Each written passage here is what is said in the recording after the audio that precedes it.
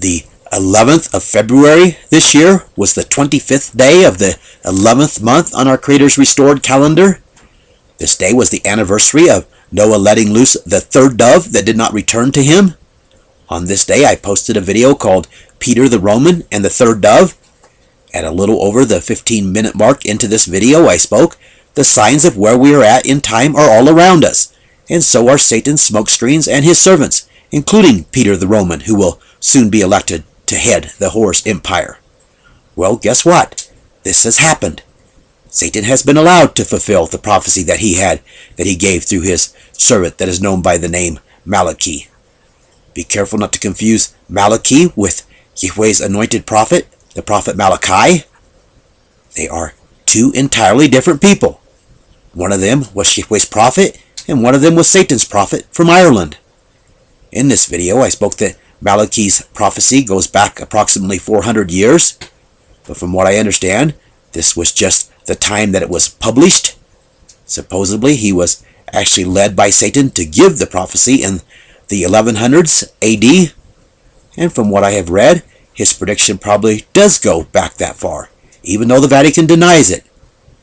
In his prophecy, he predicted a description that has matched the 111 leaders of the Roman Empire since that time in different ways, and his prophecy only goes to the 112th leader from when he gave it. The prophecy for the 112th leader of Rome from the time that he gave it goes like this: Peter the Roman, who will nourish the sheep in many tribulations. When they are finished, the city of 7 hills will be destroyed, and the dreadful judge will judge his people. The end. In this video where I spoke about this on February 11th, I also said one thing that is consistent with Satan's smokescreens is they usually contain some truth in them.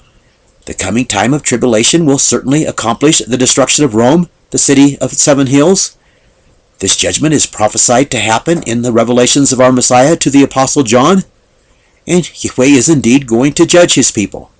But Peter the Roman will prove to be one of Satan's many cleverly set up pawns that he has set up to keep the people focused on his deceptions and not on the truth that would set them free. End quote. But on February 11th, the day of Ratzinger's resignation, I also went on in this video to say that Peter the Roman would also be elected anyway.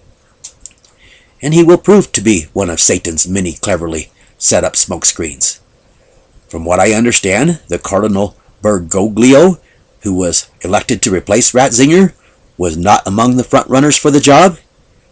His election was on the 13th of March, and his inauguration will be on the 19th, and both dates have significance in Yahweh's timeline. The 13th was 30 days after the third dove was let loose on the 11th of February. It was the 25th day of the 12th month, the 13th was. The 19th will be on the first day of the first month on Yahweh's restored calendar. I'll speak more about the significance of these dates in another video because I'm running short of time today.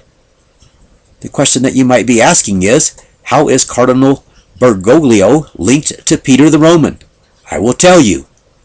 After he was elected, he selected the name Francis I. He took this name in honor of a man that was called by the name Francis of Assisi. Francis of Assisi was born Francisco de Pietro de Bernardone from Italy, the seat of the Roman Empire. Pietro is the Italian or Roman name for Peter. So Cardinal Bergoglio assigned himself the name Peter the Roman. But wait, the plot thickens. Like I keep saying, Satan often goes to extreme measures to set up his smokescreens. The day before Peter the Roman's election, there was a man who was clothed in sackcloth outside of Peter's Basilica in Rome praying. What he was praying for, I do not know yet. I think I have a pretty good idea, but not really important. But what I do know is who he was praying to. He might not know who he was praying to, but I do. He might think that he was praying to the Most High, but he was not. He was praying to his father, the father of lies. In any case, his prayer is not what matters. It was all part of his father's stage. His father would have been allowed to set up Peter the Roman without his prayer. However, the fact that Satan placed this man there the day in advance of Peter's election in sackcloth is significant indeed in his setting up his smokescreen. I say this because this man, from what I read, goes by the name of Assisi Massimo Copo. He is from Assisi, and like the newly emerging Peter the Roman has done, this man has also directly linked himself with Francis of Assisi. This man appears to be a very passionate man who certainly believes in his cause, but being passionate or sincere does not make it of the truth.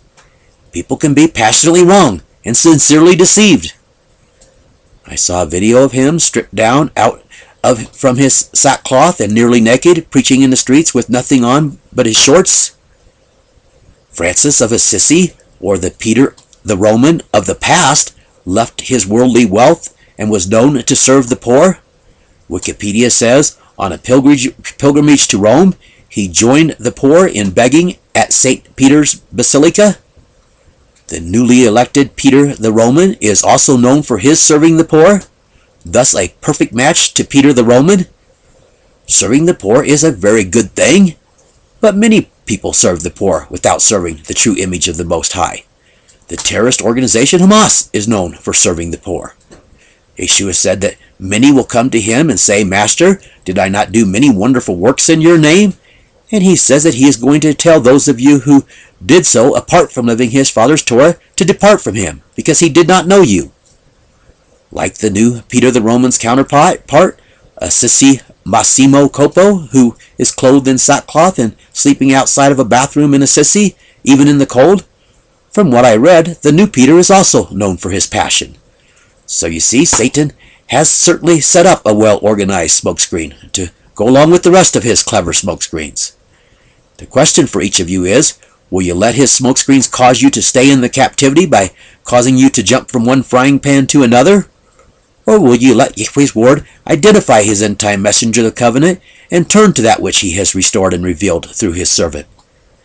I mentioned that February the 11th was the anniversary of the third dove being let loose. Like I said, this was the 25th day of the 11th month. I spoke the other day that I would share with you another as it was in the days of Noah that mirrors the 25th day of the 11th month. This year, the 25th day of the 11th month on Satan's calendar will be 56 days from January 20th in the 377-day mirror that began this past January 8th. The last recorded gap in the 377-day account of the flood was 56 days. Yahweh has mirrored dates like this between his calendar and the calendar that he allowed for Satan to set up. He allowed for Satan to set up his calendar, or even led him to do so, in order to test and prove us. This 56-day gap is recorded in Genesis chapter 8, verse 13, and it came to pass in the 601st year, in the first month, in the first day of the month, the waters were dried up from off the earth, and Noah removed the covering of the ark, and looked, and behold, the face of the ground was dry.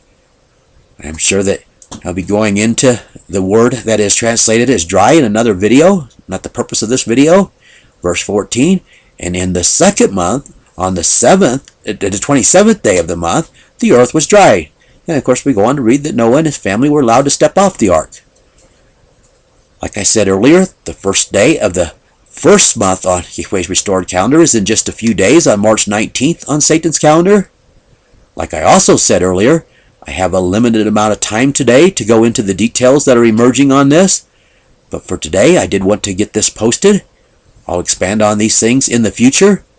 Folks, what is happening is real, and it is war. It is war between truth and all that opposes it. Who are you going to stand with? When the dust settles, only the truth will be left standing. Thus saith Yahweh Elohim.